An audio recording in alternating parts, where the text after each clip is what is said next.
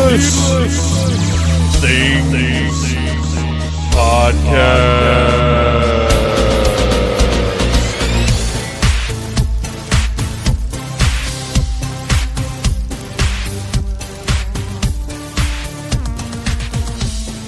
Hey, Phantomaniacs, welcome to the newest episode of the Needless Things Podcast, where we talk about toys, movies, music, and all manner of pop culture dorkery. I'm your host, Dave, and it is time to address something that I've known about for a while now.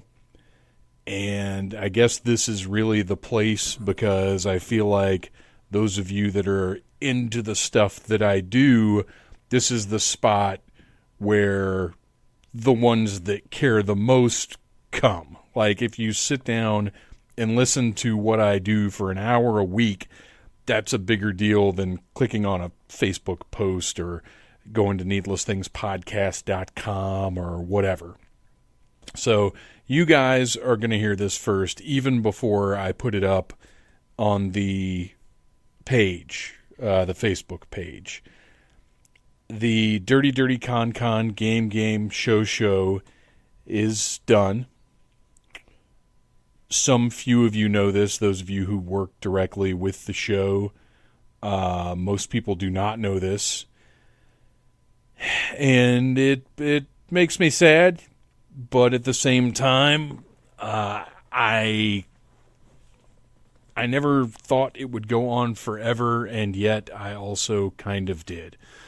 The reason it is over, first of all, everything is amicable. There was no drama. There was no blow up or flare up or falling apart of anything. It was just something that was kind of in the cards for a little while. Dana said that she just didn't think she had another one in her. And if you know the Dirty Dirty Con Game Show, then you know we show up where we can and we deal with the things that we have to deal with. And it's not, it's not a TV studio. It's not ever ideal conditions, and sometimes they're better than others. But we have to deal with a lot of adversity to do the show the way that we do the show. And she basically, and I'm not going to speak for her here, I'll just say she did as much as she wanted to do with the show, and I understand that, and everything is cool, and we talked about it, and it's fine. And I had always said that I would never do the show without her, and I meant that. The Dirty Dirty Con Game Show is officially, I guess officially as of today, is no more. Thank you everybody who ever supported it in any way, whether you bought a t-shirt, all three of you, or came out to see us or whatever. We had a great time. We had a whole lot of fun. We did some crazy things. We took it further than I ever imagined we would take it. Last year in that massive ballroom in front of, 500 plus people, I think, I never imagined anything like that when I first asked Dana to do this. And I guess for a little backstory, maybe to reflect a little bit, you have to go back to 2014, the beginning of the year, when I had just sort of gotten to be friendly with Dana and with Lesexaflex. I was a huge fan. They were the second or third episode of the podcast, and I just loved them. And I still, to this day, don't understand how I got up the nerve to ask Dana if she wanted to be the co-host of a dirty game show with me. But I did, and she did. And from there, things just started happening. In the beginning, it was just the two of us. We brought in a friend of hers named Ruben to be Sexy Wolverine. We brought in a mutual friend, Linnea, to help out later on. But essentially, in the beginning, it was just me and Dana with some dirty stories and some silly games. And the very first Dirty Dirty Con Game show was August 5th, 2014. at the Red Light Cafe in Atlanta. It was our run-through for Dragon Con for that year. And it was a lot of fun. Basically, only a few of our friends showed up. It's not like we drew a big crowd, but the main thing was to do a run-through in preparation for Dragon Con just a few weeks later, and we got what we needed out of it.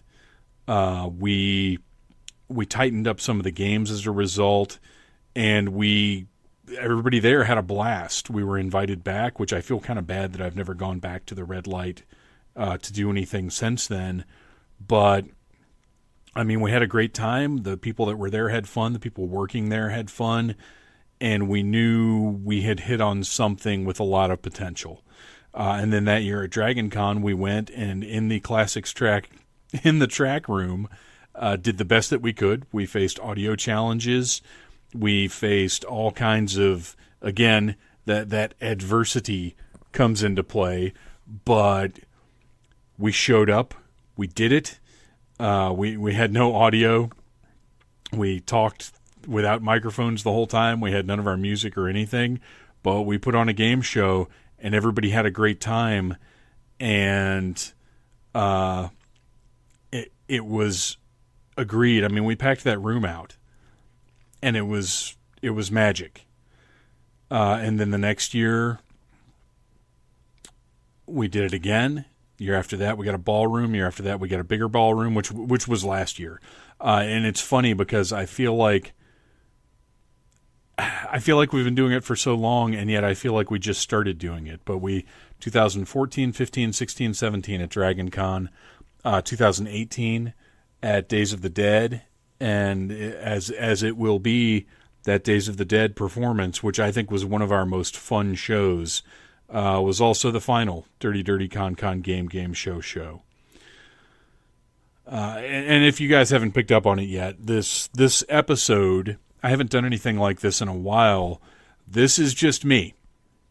Originally, this was going to be something else, and then it was going to be a MomoCon interview that I've got that'll be going up in May, and then it was going to be something else entirely, and I've just decided that there are enough things for me to discuss, for me to do one of these episodes where I just sit and talk to you guys for a little while. And it's been a long time since I've done one of these, but there's some stuff that I want to cover that's great. There's some stuff like this game show situation. That's not a situation. That's not the right word. That's too dramatic. Like what's happening here that I want to share and let you guys in on, because you're all part of the family. You're all part of what goes on here. You're all part of Needless Things, Phantom Troublemaker, Dave West, whatever. You're along for the ride, and you should know, what's up. I want you to know first. So that's what's up. As the game show went on, we realized we wanted bigger and better. We recruited our pal Red Ranger to make some actual digital games that we could project up on a screen.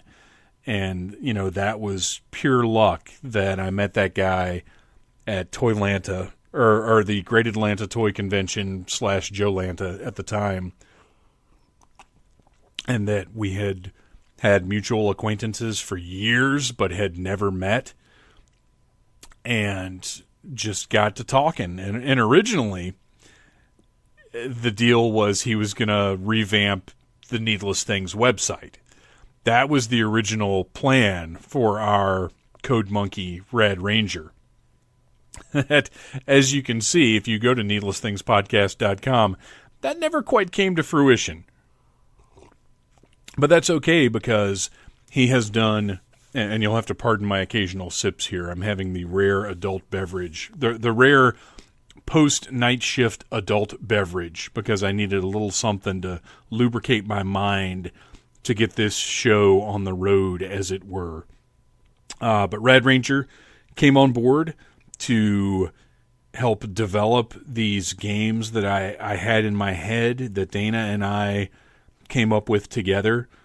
And the process of creating with Dana Swanson is one of the greatest things I've ever done. I can't tell you enough how in awe of Dana I am. I've said this before. I've told her this before, that she is truly one of my heroes. She is so funny and so smart and so warm and so caring.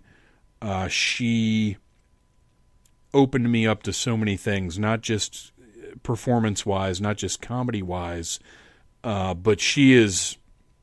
We're I don't want to get too deep into this, but we're in different areas of the political spectrum, and because of knowing her, my heart opened up to a lot of things that I would have dismissed before. And I was never a right-wing nutbag, and I'm not now a pinko liberal, but because of her conviction and the pure depth of how much she really cares about this world and about people, there are things that I couldn't dismiss, or that I can no longer dismiss, that at one point I would have, because I've seen what it means to be somebody who truly cares. And it's amazing. It's amazing to talk to someone like that. And I think if we could all talk a little bit more, then maybe we could get a little more lined up. But anyway, Dana's a genius. She's brilliant. And creating with her was this amazing process because, I have my ideas of what's funny. And she has her ideas of what's funny, and a lot of times they line up, and when we would meet in the middle is when the magic would happen. I would come up with something and say, here's my rough giant stone of a funny thing that might plonk people on the head. And then she would come in and say, well, yeah, that's funny if it's done this way, but what if we do this with it? What if instead of being that raw, we present it this way?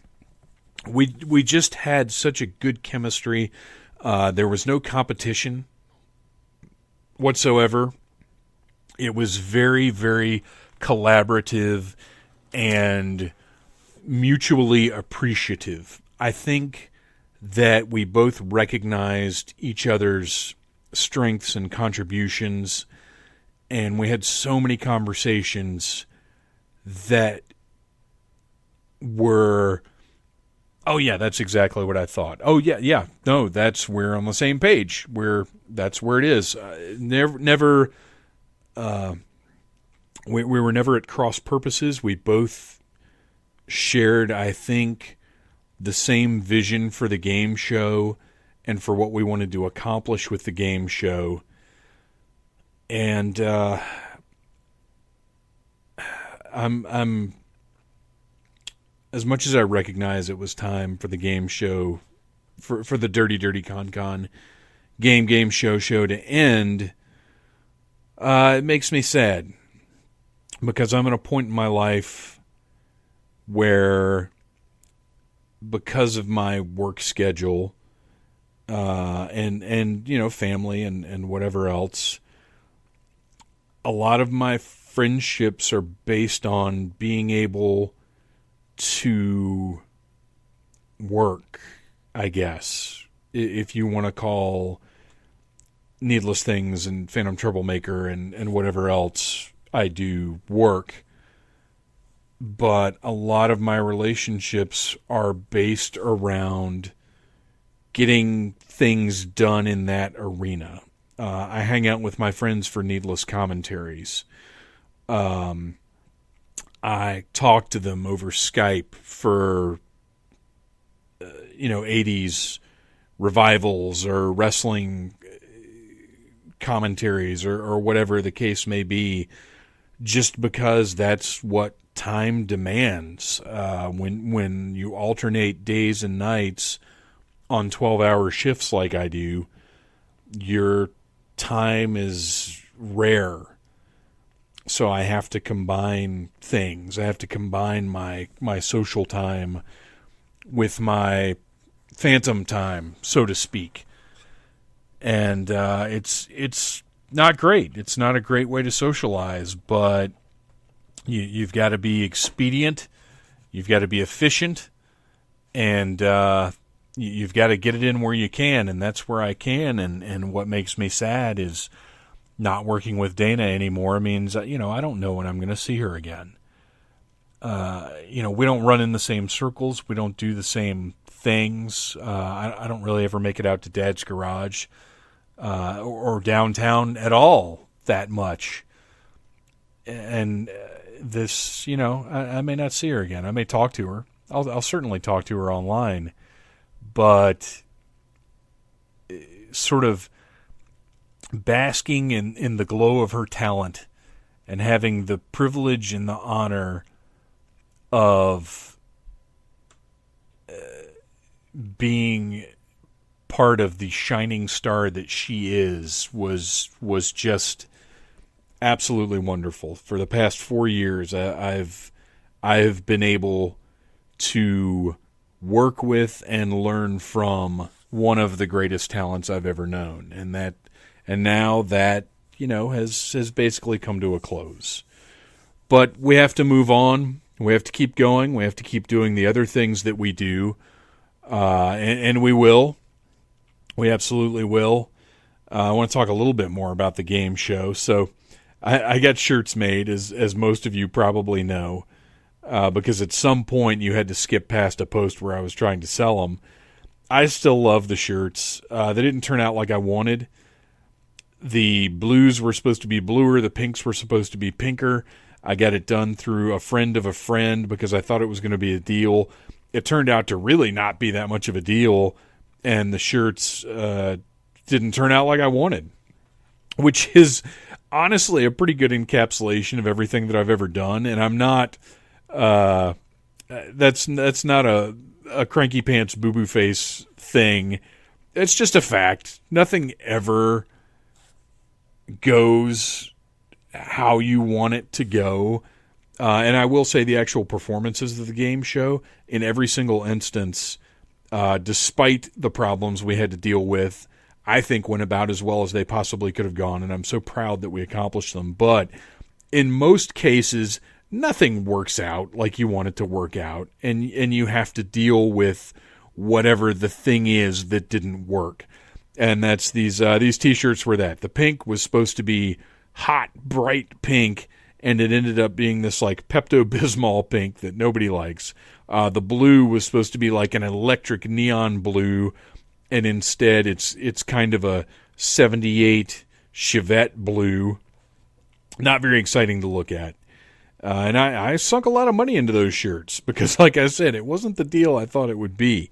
But that was one of the things that happened. One year the year that I got the shirts, I was under the impression, I wasn't under the impression. I assumed that we would be able to bring them to Dragon Con and sell them, and found out at the last minute that Dragon Con does not allow that. And I understand, because Dragon Con has artists and writers and people that pay to have tables to sell merchandise at Dragon Con. Now, my assumption had been, we're putting on a game show. Obviously, we're not getting paid anything. So we're putting in hours and hours and hours, dozens of hours of work for this game show, this big production, this big entertainment to provide a block of programming for Dragon Con for at no cost to them, to significant cost to those of us putting it on. So it didn't seem unreasonable to me that we might have the opportunity to recoup some of our expenses by selling these shirts. But I was told straight up, absolutely not. Period. And if you bring it up again, we will cancel the game show, which is something that I ran into a few times with various things that the game show was in danger of being canceled. Whether it was our social media presence being too filthy for what DragonCon is trying to achieve now. I don't want to get into too much detail because I do still love DragonCon. I do still appreciate the opportunity to perform there.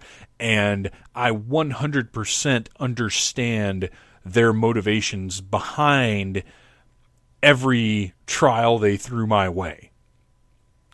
And in the end, as far as the game show went, we were allowed to do whatever crazy thing we wanted to do. So, I have no complaints there. But I did get stuck with, 60 T-shirts that I couldn't get rid of. And they're gone now, though. We finally did get rid of the last of them. I can't remember. I think maybe we threw them out at Days of the Dead. I think I had a few left there and we just tossed them out to the audience or something, or threw them in the prize packs. I don't remember what it was. But to get back to our recruiting of people, so Dana and I start the thing off. Red Ranger comes on board to make some digital games, and our pal Oz, who somehow or other heard about the game show the year that he was not able to make it to DragonCon. Look, I didn't even know Oz prior to the year that he missed DragonCon because he fell off a 30-foot ladder and shattered his entire body into jello.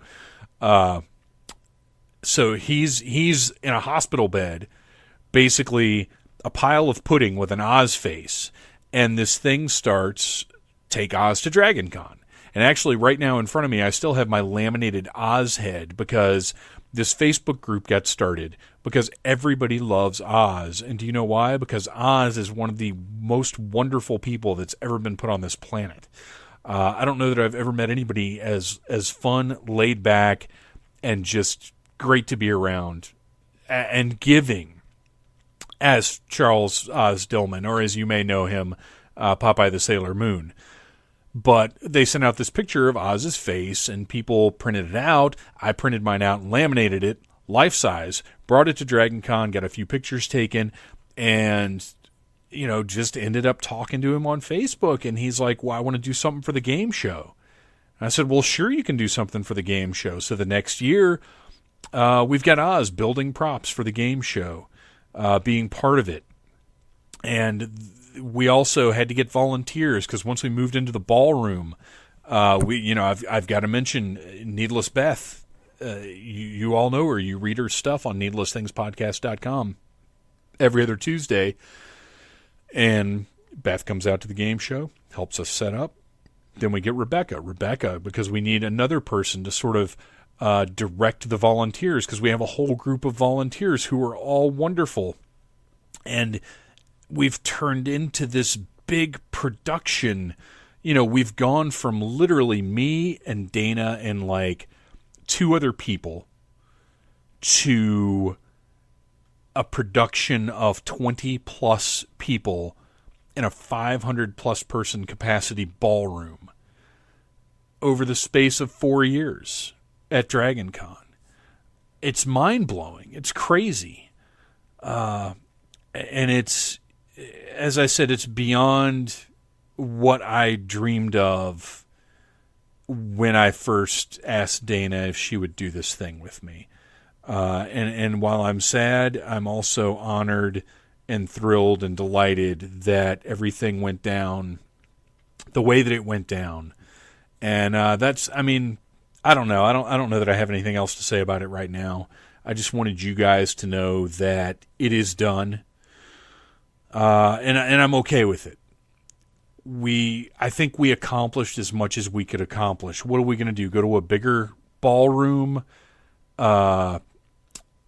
There's only so much you can do at conventions with something like that. I mean, do we just keep doing it at conventions and go nowhere?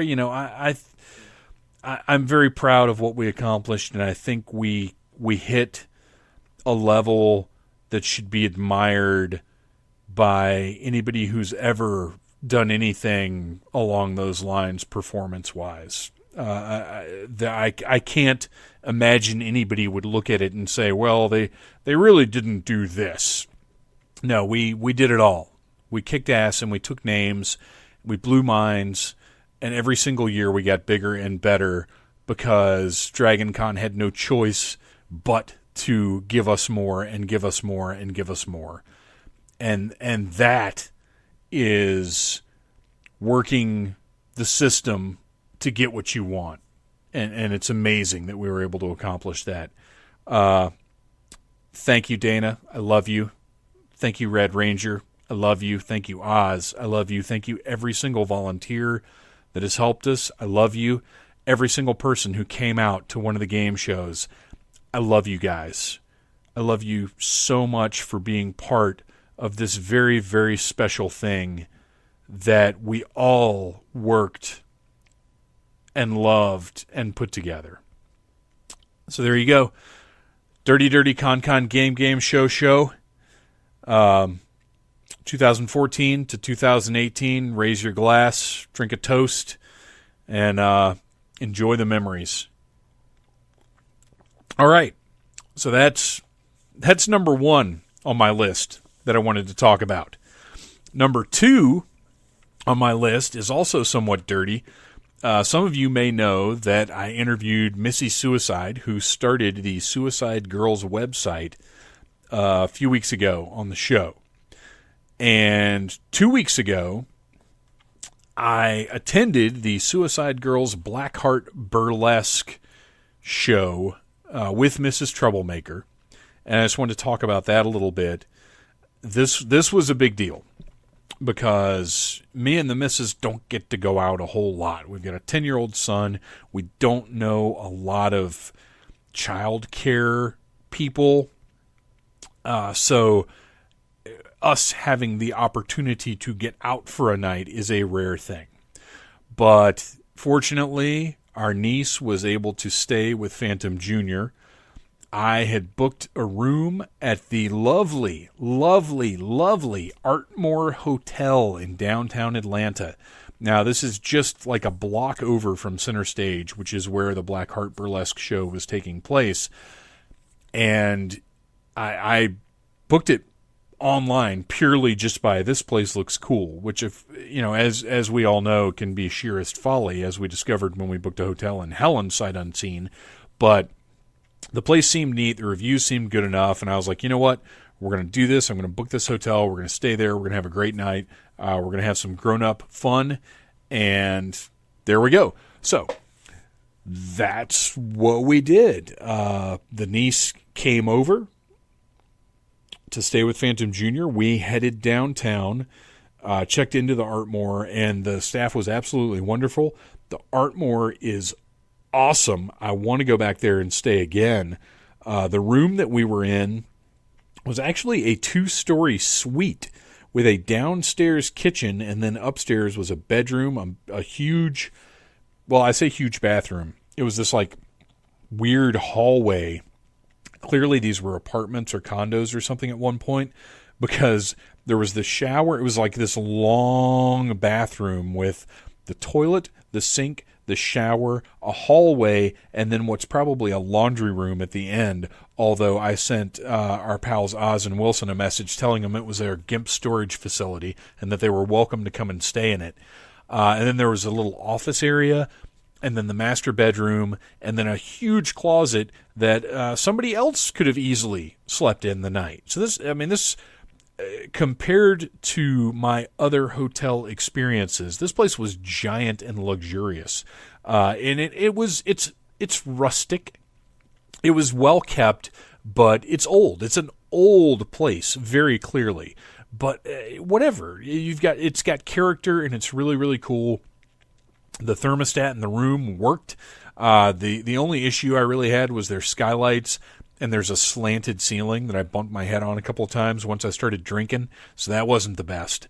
And speaking of drinking, I had an irresponsible night. We got down there like 4 o'clock maybe, checked into the hotel, and we went straight to the hotel bar and had a couple of drinks. Now, I had a plan. I had brought a bottle of Captain Morgan, my favorite non-fireball liquor, and I was going to stick to rum all night. because I know from past experience when I mix things up too much that I can have a bad time.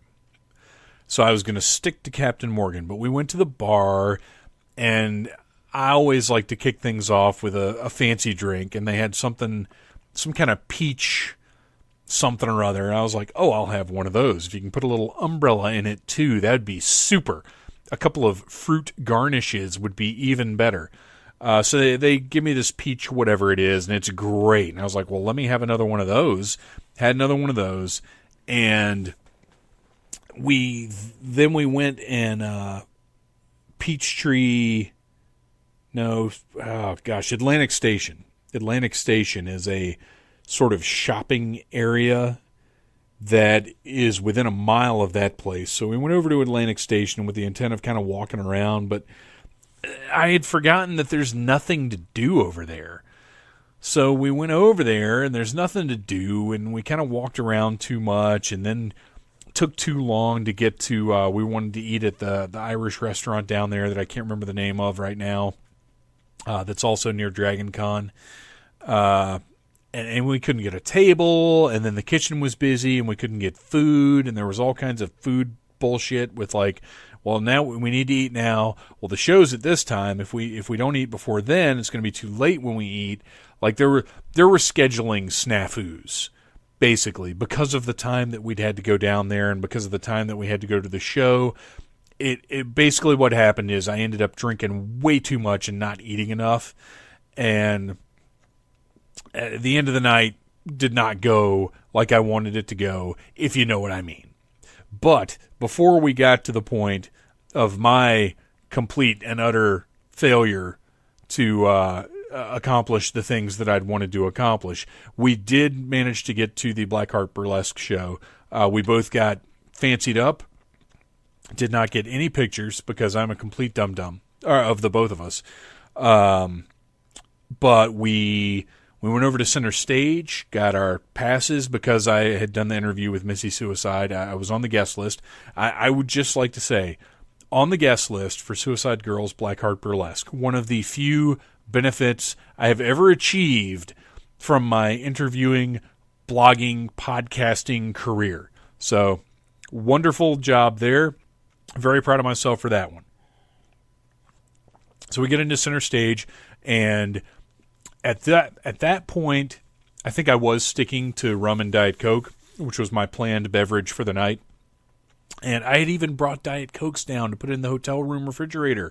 Like I had planned, and I didn't stick to my plan. Oh, yeah, and that was the other thing. At Meehan's Irish Pub was the place we went in Atlantic Station, and I had a couple of snake bites there, which was dumb, because that's even different things from the peach bullshit that I had at the hotel bar to mess up my system. But Blackheart Burlesque, we get a couple of drinks, we go in, we sit down, the show starts. It is hosted by, on Instagram, she's Lindsay Jennings. I think she might be Jennings Suicide. She did a great job. I will tell you guys something about myself right now that is perhaps not flattering, but it's the reality of my life. Here's what I do when I go to a thing and see somebody performing as an MC or a host or a Q&A person or whatever, any kind of moderator type deal. I sit back and I judge them. And 85% of the time, I'm sitting there thinking to myself, I would be doing a much better job at this. And I'll tell you guys, I honestly feel like I'm right. I see a lot of lousy MCs out there. It's just a fact. I guess it's somebody's friend, but a lot of people who don't have the talent or credentials to be MCs are doing the job. I did not feel this way at the Blackheart Burlesque show. Lindsay Jennings came out. She did some stand-up. She told some jokes. She started the show. She came out between every act and did some bits. She showed her ass, which was delightful. I personally would not have gotten that over as well. I don't think anybody would appreciate it if I showed my ass. But she was great. And then when the show started, the first act started, It was awesome. Now, as I mentioned on the Missy Suicide episode, I saw the sort of fetal form of the Blackheart Burlesque show before it was called that, and it was kind of just some nerd girls that came out and did some performances, and they were cool, but this was a whole other level. My wife recognized one of the main girls, I believe Nikki Bricks, said she is actually a professional choreographer for, I guess, music videos and stuff. But anyway, Mrs. Troublemaker was familiar with her and was like really impressed that she was there. And they were just a bunch of awesome acts. The first one, they came out in those kugurumi. What are these little animal suits that the kids are wearing nowadays? The big animal suits. They came out in those, were dancing around, and then stripped down, which I'll go ahead and let you know right now. Every act involved, they came out in a costume and took it off, which, quite frankly, there's no better show, in my opinion, than a bunch of hot ladies coming out in costumes and removing them. I mean, what more is there in life? I'm trying to remember the names as I'm going through the pictures here, because I obviously took a lot of pictures. Cleodora was one of the dancers who was incredibly flexible, like almost obscenely so. Like some of the stuff she was doing, she could make herself into an S with an umlaut over it. I could almost swear. But some of the acts were just awesome. They had an Adventure Time act. They had, I am zipping through again, a Donnie Darko act. Not my thing, but the Donnie Darko was Cleodora, because I've got a picture right here of her on a chair with one leg bent up in the air and the other one touching the back of her head, and she's balancing on a chair while doing this. It's ridiculous. This girl's flexibility and athleticism is insane. There was a fan dance. They did a bit where they brought somebody up out of the VIP section and put him in a chair and had his significant other come up on stage and kind of be trained by one of the girls to do a lap dance.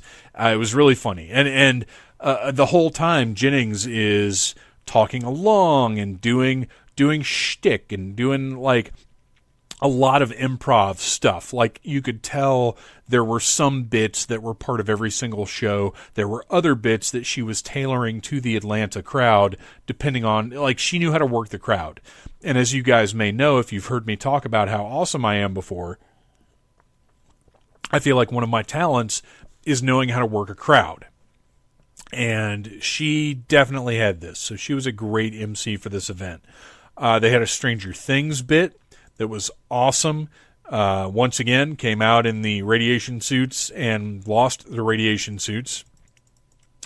They did... I'm not going to run through every single thing here, but I'll just say that it was an awesome night. It was a lot of fun, and these girls are amazing. The coordination, just the acts, and how much fun it was. And it's not like it was, synchronized swimming. It wasn't perfect doing the exact same thing the exact same time, but there was so much energy, so much enthusiasm, and they were having so much fun that it was infectious. And that's something, again, if you've ever heard me pontificate on entertainment, if you're having fun doing what you're doing, that infects the crowd. And we talked about this a lot, actually, with the game show, that it was more important for us to be into it and having fun and loving what we were doing than for everything to happen perfectly. Because the audience gets swept up in your enthusiasm much more so than they'll get swept up in any kind of precision. One of my favorite bits was they did Fresh Prince of Bel-Air, and I cannot remember the performer's name, but that was tremendous. There was a Star Trek bit. I mean, it was just awesome. If Blackheart Burlesque comes through your town, and it will, because fall dates are already getting ready to go on sale, if they're not already on sale. So even if they've already hit like Atlanta, they're back in September or October or something. So you need to go. Unless you're a prude. If you're a prude, don't go. Definitely. But if you like fun, it's worth your while. It's worth your while. I know.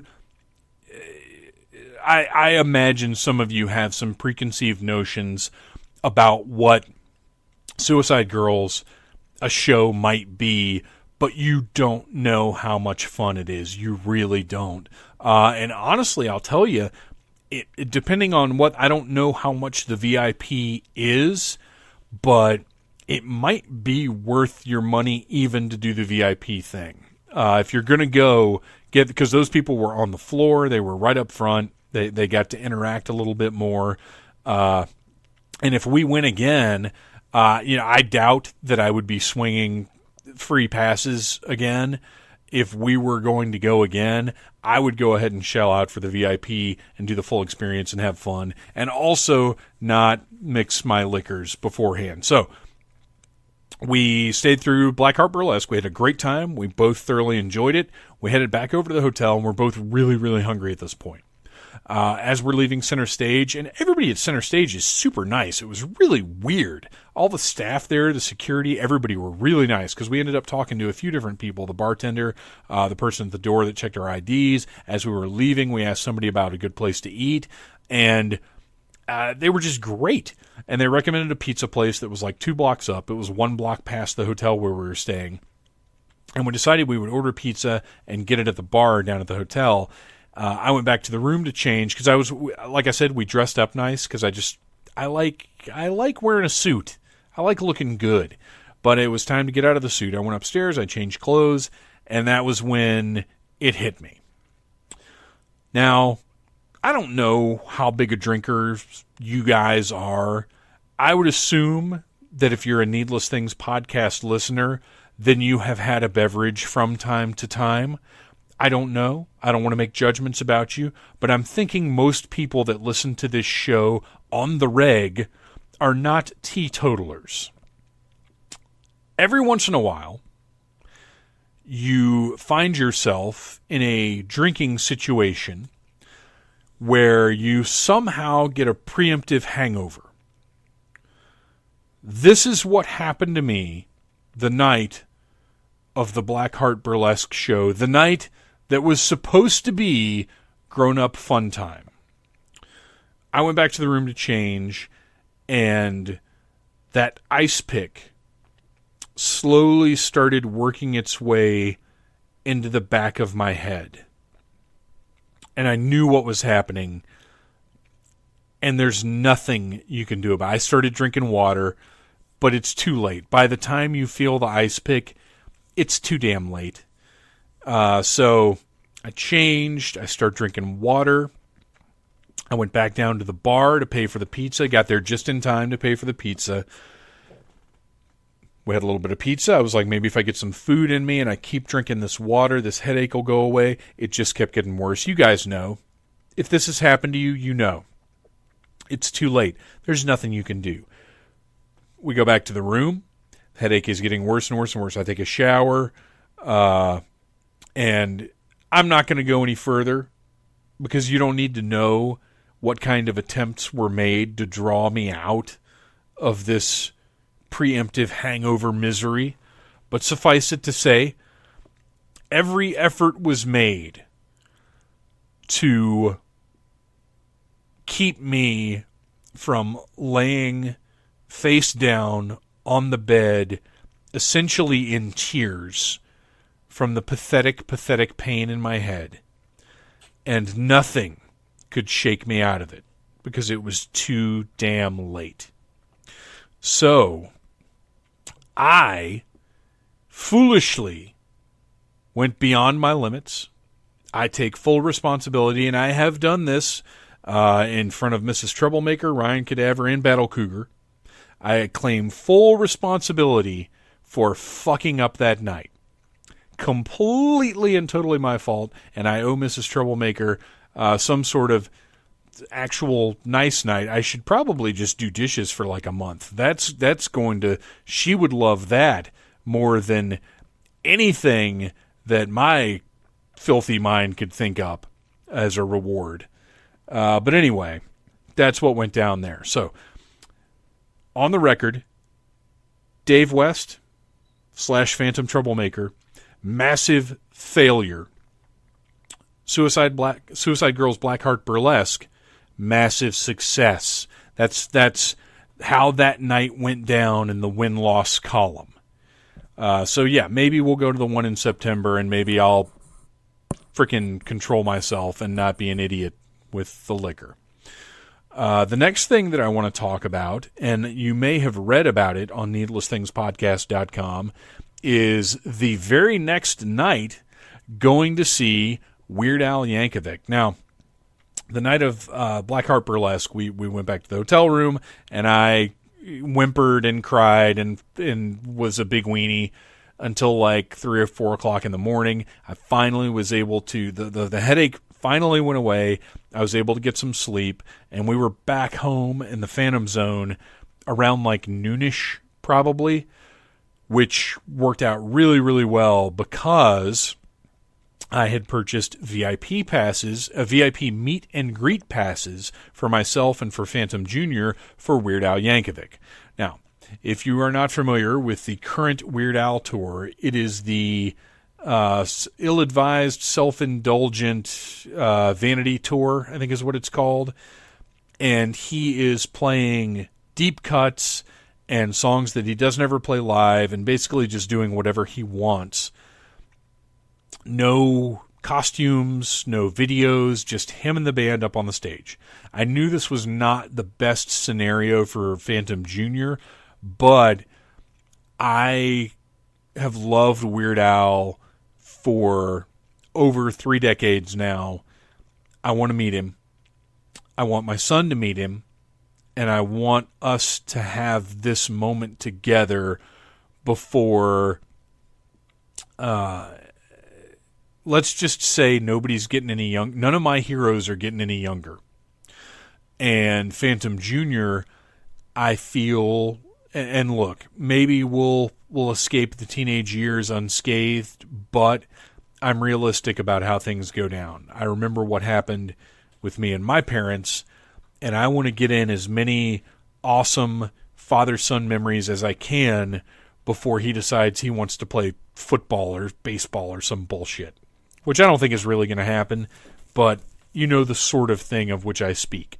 My years in which to take him to do things like meeting Weird Al and being assured that it's going to be a cool experience are dwindling. And I'm aware of that. So we were going down there early because part of the VIP package was a pre-show that was a Weird Al Jeopardy game show. I knew that it wasn't the best idea to bring a 10-year-old down to the Tabernacle in Atlanta for potentially 5 hours of anything, let alone a game show and a Weird Al concert that may not be exactly the Weird Al concert that he wants. Because his first big live concert was Weird Al on the Mandatory Fun Tour with the costumes, with the videos, and he had an amazing time, and it's one of our favorite memories that we have together. So I kind of knew this one was an iffy situation, but I really, like I said, meeting Al together was just something I wanted so bad, and I paid an enormous shit ton of money for these tickets, so I wanted to take advantage of everything they were offering. And also, I don't know if I overlooked that the meet and greet was after the show or if it was not initially stated at that time that it was, but I didn't realize the meet and greet was after the show. So I wanted to be sure we got there in plenty of time. Where I'm going with this is Phantom Jr., my son, was absolutely amazing the entire night. We arrived at the Tabernacle at 6:15. We left just after midnight, and he kept his shit together all night long, including the game show, which was to me, a lot of fun as someone who hosts a game show, as someone who used to know a lot of Weird Al trivia. I enjoyed watching it, but for my 10-year-old son, that probably wasn't all that entertaining. But he hung in there. He was cool. We went down and I spent a shit ton of money on merch because they had some cool stuff there. And we both wanted Weird Al action figures. We both wanted a T-shirt. Actually, if I'm being honest, I talked him into getting the T-shirt that he got. But it was all about the experience. It was all about going down there and sharing this Weird Al experience that regardless of how much his 10-year-old self enjoyed it, and he's told me he's glad he went, and he means it. He doesn't bullshit me about things like that. 10, 15, 20 years from now, he's going to look back on that, and it's going to be one of those really special times, and I'm so glad we did it. But he's cool through the game show. We went up to the upstairs bar in the Tabernacle because they've got couches up there, and I downloaded some kind of Marvel fighting game, and just handed him my phone. And he sat and chilled and played that for like the 45 minutes we had to wait until 8 o'clock. Emo Phillips was the opening act, which I had completely forgotten somehow. In my head all day long, and granted, you got to remember, I had my stupid idiot hangover the night before. Got home, rested, was just thinking about timing and everything. And we got down there, and at 8 o'clock, I'm like, all right, or 7:50 maybe. I was like, all right, we should go to our seats because the show starts at 8. We sit down in our seats. The guy comes out on the stage, and he's like, hey, ladies and gentlemen, I've got an announcement, da-da-da-da. And before I introduce our opening act, and as soon as he said opening act, in my brain I was like, oh, fuck. Because by this time, I knew the meet and greet was after Weird Al's performance. So in my head, I'm like, oh my gosh, all right. So the show starts at 8. He's probably going to do about an hour and a half. Maybe we can get out of here by 10:30 or 11 if we're lucky. And then realizing that Emo is going to go on for half an hour, which is great. Half an hour, not too bad. But then that puts us getting out, if we're lucky, before midnight. The time frame is really going bad here. And the thing is, it's a Sunday night, so Phantom Jr. has school the next morning, but even worse, I'm supposed to work the next morning, which means I have to be up at 3:30 in the morning. Pausing for a sip here. As you can tell, my voice is getting a little dry. I'm going to have to wind this thing down soon because I'm running out of steam, you guys. So, Emo comes out, and Emo Phillips is genius. There's no disputing that whatsoever. His presentation is amazing. He's brilliant with his particular brand of anticlimax and his twists and turns that he takes with his jokes. But he is not a comic that plays to 10-year-olds, or at least not modern 10-year-olds. And he's got some material that I honestly didn't find particularly appropriate for family functions, which, it was made clear that this was a different kind of Weird Al show. There were not a lot of kids in attendance, but some of Emo's jokes I could have done without, I'll be honest. I didn't put this in my write-up because you'd be amazed at who reads your stuff when it's Googleable. If you will recall, Joey Belladonna from Anthrax read my write-up about Anthrax at one point and knew who I was when I showed up for that meet and greet. So I didn't want to write anything too negative about Emo online, but I will say I didn't care for a bunch of his jokes. And he's, like I said, he's brilliant. His delivery's great. He's a master of what he's doing, but it's not my thing. I did love the fact that he was dressed like the First Doctor, though. That was a lot of fun. So we got through Emo. Fortunately, they did not wait till 9 o'clock for Al to start. Al started before 9 o'clock, and the show was incredible. I wouldn't have put that set list together myself, but it didn't matter because the point was that we were seeing what Al wanted to do. And when you love an artist as much as I love Weird Al Yankovic, it doesn't become about, in a situation like that, it's not about what you want.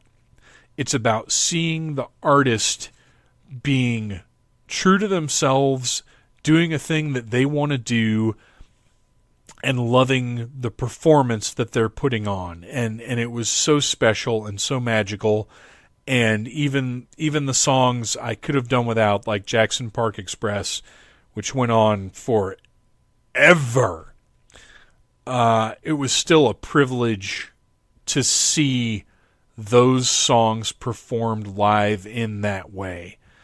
And I will treasure it for the rest of my life. It was so special and so wonderful. And also, I got to see Dog Eat Dog.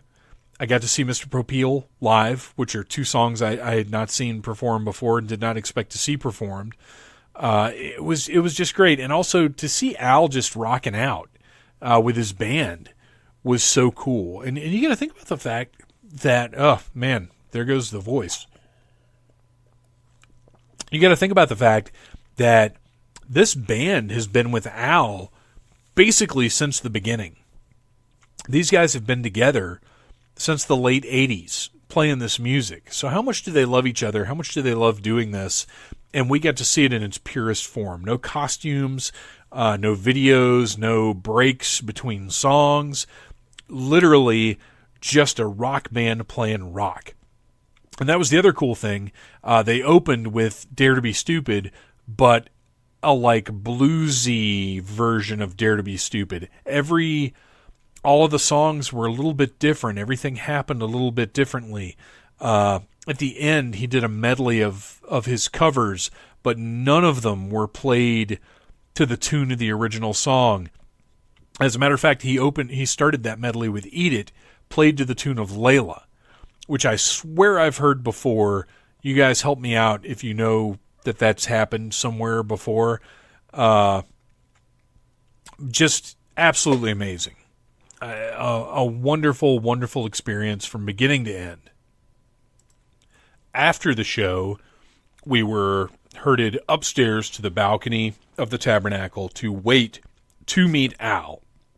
And I apologize if at this point in the recording you hear something clicking around in my mouth. I've got a lozenge in now to try and take care of this hoarseness that seems to be developing after talking for an uninterrupted hour into this microphone. There it is, clickety-clack. I apologize, lozenge. I might have to get rid of the lozenge. There it goes. So we go upstairs, we wait, and it's 11 o'clock at night when we get seated in the area to wait to meet Al. I call Mrs. Troublemaker, tell her what's up. She says it's no big deal. There's no testing or anything tomorrow. If he goes in a little bit tardy, it's okay. Then I call my job. Now, my job is 24/7. Somebody has to be doing what I do. So we don't get to call in and say, I'm not going to be in today, because if we do that, somebody has to go in and cover that 12-hour shift. It's not just a matter of, I'll come back in tomorrow and make up my lost time. It doesn't work like that. Fortunately, the way that the shift worked out, there was a guy that was going to be there extra, and I was able to use some of we have paid time off now. We no longer have sick time or vacation time. Everything is paid time off, and we have a certain amount of it. And I was able to use some of my paid time off to just not go in on Monday. And I know some of you will be like, oh, you just skipped work. But I didn't. I lost 12 hours of my future time off in order to take that day off because the meet and greet was so late. But there was no way in hell I was going to miss it. So 11 o'clock, we're up there. We're waiting. They're moving things along pretty well. We finally get in to the little room. The guy that's in charge says, have your cameras ready, have your phone open with the camera app open, ready to go. We get up there, I hand him my phone, he says, okay, are we doing a group picture? And I said, well, what we're going to do is we're going to get one picture with me and with my son, and then we're going to get another picture with just me. And he says, well, we'll do the one picture with you and your son. And I said, no. We paid for 2 pictures, and we're getting 2 pictures. And he said, that's fair. Now, here's the deal with that. From the beginning of the night, they had been trying to suggest to everyone, hey, just if you want to do a group picture, just let us know. Just throwing it out there like that. My cynical mind, trained by Pappy Troublemaker to detect people trying to get one over on you. And that's not what this was. I hate to put it that way, but at the same time it was, because what this guy was doing was trying to speed things up. He was trying to preserve Al's energy, because Al just played a show, and he's going to be cool. He's going to sign everybody's stuff. He's going to talk to everybody. He's going to get pictures with everybody. But also, if we can minimize that time in any way, that's great. And he also wants to get everybody through the line. There are 100. They sold 150 of these meet and greets. They sold it out. They maxed it out. But 150 people. That's crazy. I never expected there to be that many people up there, but there were. So this guy is, if there are 4 or 5 of you and you want to do a group shot, we'll just do that. That's fine. But to me, that's crazy. And I saw this. I say 5 because I saw 5 people do one group shot and then walk away. And that means they threw, let's just say that the portion of your VIP meet and greet ticket that you purchased, let's say the photo is $50 of it. 5 people, they amongst them threw $200 out the window by doing one group picture with Al. And I'm not going for that. As Hall & Oates said, I can't go for that. No. So, but the guy, when I confronted him, pardon my snorting, my sinuses and everything are just falling the hell apart here because I don't talk this long ever. But when I said, he was like, oh, fair enough, no problem. So I hand him my camera, we go in, and Al looks up at me and my son, and I had not mentioned at this point that my son and I are both wearing suits from opposuits.com. I am wearing the 90s, I think it might even be called the Fresh Prince. And my son is wearing the R2-D2 suit that you might have seen on the 200th episode of the Needless Things podcast, worn by our good friend Jay Hornsby, the Belligerent Monkey. So I'm in the Fresh Prince. My son's in the R2-D2. Al looks up at us and says, whoa, hang on. I just need a minute to take this in. And just sits back with his arms out looking at us. And we have blown Weird Al's mind. And that is another thing that you guys know I have talked about again and again on the website and on the podcast, that you dress for the occasion. If you're getting up on stage, you better be dressed like you're demanding attention, like you deserve to be up on a stage. If you're meeting somebody like Weird Al Yankovic, you dress like somebody that wants to impress Weird Al Yankovic. You dress for the occasion. If you are doing anything of significance and you're wearing shorts and a t-shirt, you're a fucking shitbag. Sorry, I feel very strongly about this subject, obviously. So we walk up in our suits. Weird Al, whoa, gives us an extra minute of his time, says, where did you get those? And I personally am immediately having trouble believing that Weird Al's never heard of Opposuits, but he hasn't. So I tell him about Opposuits, and I'm like, hey, I host a game show, and I've got a bunch of these. They're great. And he's like, well, wait. I've got to write this down. So he pulls his phone out, going through his own personal phone, scrolling up to take a note about opposuits.com. You're welcome, opposuits.com. And so we get a little bit of extra time with Al because of the way that we were dressed. We get our pictures taken, and I didn't realize until it was like the next day. Because, you look at the picture that was taken on the phone, and you're like, okay, that looks good.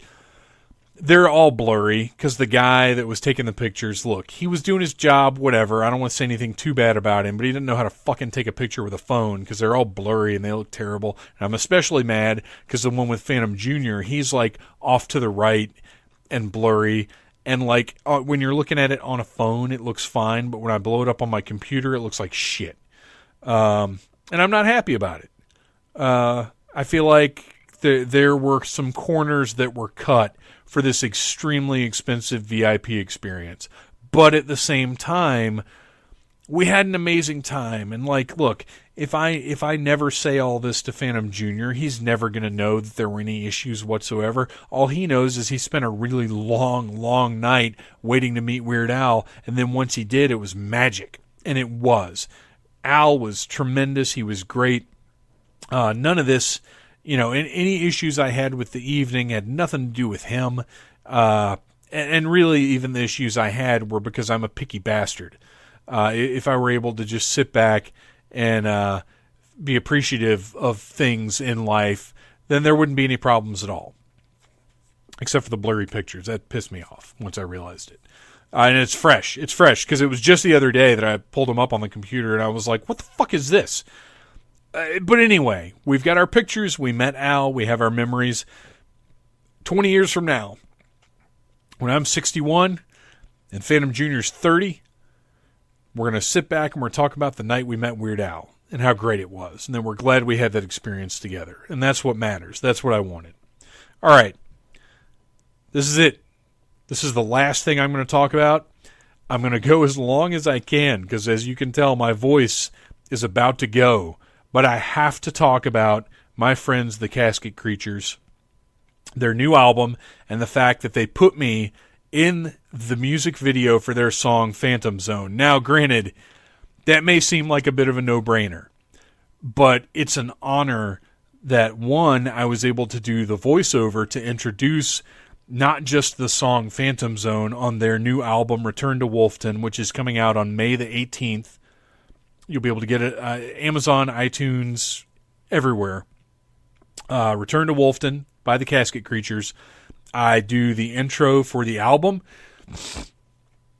Oh, pardon my horking of mucus right there. I'm still getting over something. Yeah, that's something I didn't even talk about. As I went to the doctor the other day, look, I'll make it short. My blood is good. I'm a little mucusy. That's the result. So the opening track, I can't even tell you. I do the intro to the album that introduces the song Phantom Zone. The Phantom Zone video, you can go right now to the Casket Creatures YouTube channel and watch the video for Phantom Zone starring not only the Casket Creatures, but me, Rad Ranger, and Devlin Valek, who writes for needlessthingspodcast.com from time to time, and who is a good friend of the show. I play an intergalactic supervillain version of Phantom Troublemaker in this video. I put together this costume on very little budget, but I had a picture in my head of what I wanted it to be, and it basically came to fruition. It's one of the rare times that, I was talking earlier about how nothing ever turns out like you want. This costume actually turned out better than I wanted, or better than I was envisioning, and was pretty easy to do. I will be wearing it at Dragon Con at some point this year. I'm going to upgrade a couple of pieces, but it's basically going to be this evil Phantom Troublemaker at Dragon Con. And we shot it at the Paranoia Haunted House, which I got to put them over because they were great. I didn't talk to him a ton, but I talked to one guy, and he was like super nice to me and took me directly to where they were shooting the video. It was a real sweet guy. And having the opportunity to walk through the Paranoia Haunted House a bit because we were using it for sets.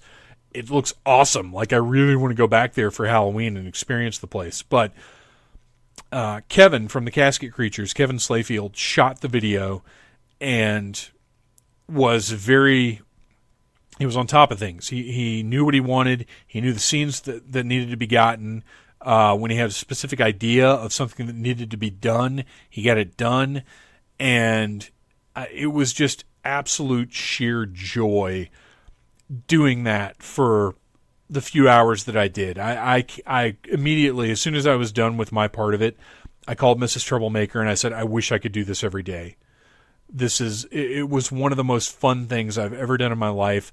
I got to chew some scenery. I got to go way over the top. I got to pretend electrocute Rad Ranger, which is one of my favorite things I've ever gotten to do. I got to beat up the casket creatures with the worst karate moves you've ever seen in your life. Seriously, you guys, go right now to YouTube, to the Casket Creatures channel, watch the Phantom Zone video. I'm so proud. I'm like actually getting a little teary right now just talking about how proud I am to have been part of this. It was amazing. It was so much fun to make, and I can't believe something that I enjoyed so much turned out so awesome. It's just and look, it's not Citizen Kane, but it's one of the proudest things of my life to be able to look at that video and know that I was part of it and see myself in it and see the awesome and hear the awesome song. You guys, I'm not even talking about how good the song is, because I'll say this right now. I can't say anything yet about Return to Wolfton as an album specifically, but I will tell you it is amazing in its entirety. You know, I'm a fan of the Casket Creatures. I love the Casket Creatures. But mostly I've loved them live. And their albums have been like, awesome, it's that song I heard them play live. This is really cool. I love having this. But Return to Wolfton is like, I mean, look, I don't want to gush too much. I don't want to get ridiculous, but it was almost like The Hunter, which is my favorite Mastodon album. Putting in Return to Wolfton, I listened to it 4 times straight through in the first day that I had it. It was engrossing, and it kicked my ass and moved it along like it's over before you're ready for it to be over. There are no tracks that I was like, I could do without this one. It's one of those special albums that from beginning to end is badass, and then when it's done, you're like, oh shit, where's the rest of the songs? And you realize, oh, that was the whole thing. Holy crap, I can't believe that whole album was that good. And I mean that. And look, I'm friends with those guys, but I also don't bullshit people, and I certainly don't bullshit you guys.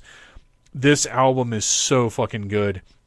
The Phantom Zone video is so much fun. I really want you guys to go watch it right now. I had the best time of my life hanging out with those guys and making this crazy, goofy, ridiculous video for this badass song. And I think that's all I've got. I don't think I can go any longer. I think I'm done. I think I'm out of steam. So I'm going to cut to our little outro song right now. Whoo, you guys, I had to have a lozenge in order just to do this little end part that I do. I want to thank everybody again who had anything to do with the Dirty Dirty Con Game Show. I love you, and I will tell you guys this.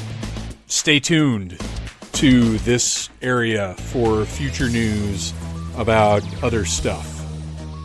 I am not done entertaining people, obviously. Unless you just don't find me entertaining, in which case I guess I'm probably done entertaining you. And that's okay. I'm not for everyone. I understand that. LaSexoflex.com, TheMysteryMenOfSurf.com, Red Ranger, Such a Lazy Man, Casket Creatures. What else? Who else do I need to put over here? Anybody who's ever done anything. All the volunteers for the game show. I love you guys. Joe and Gary from the Classics track. Derek from the Horror track. Bobby Nash. Mike Faber. Mike Gordon. Mrs. Troublemaker and Phantom Jr. Everybody. All of these people have done so much in my life. And of course, the one who started the start of this episode, Dana Swanson. Find her at Dad's Garage. Listen to her on Toonami as the voice of Sarah 2.0. Although I think she might be 2.1 by now. I'm not sure. But an inspiration and a hero, and somebody who I'm honored to have worked with. Needless Beth, Devlin Valak, Jerry. I could go on and on and on. And I probably should, because I'm sure I'm forgetting somebody, but I love you guys.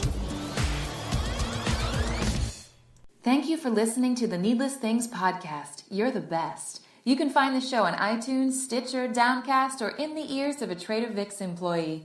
Love you. Mean it. Uh-huh.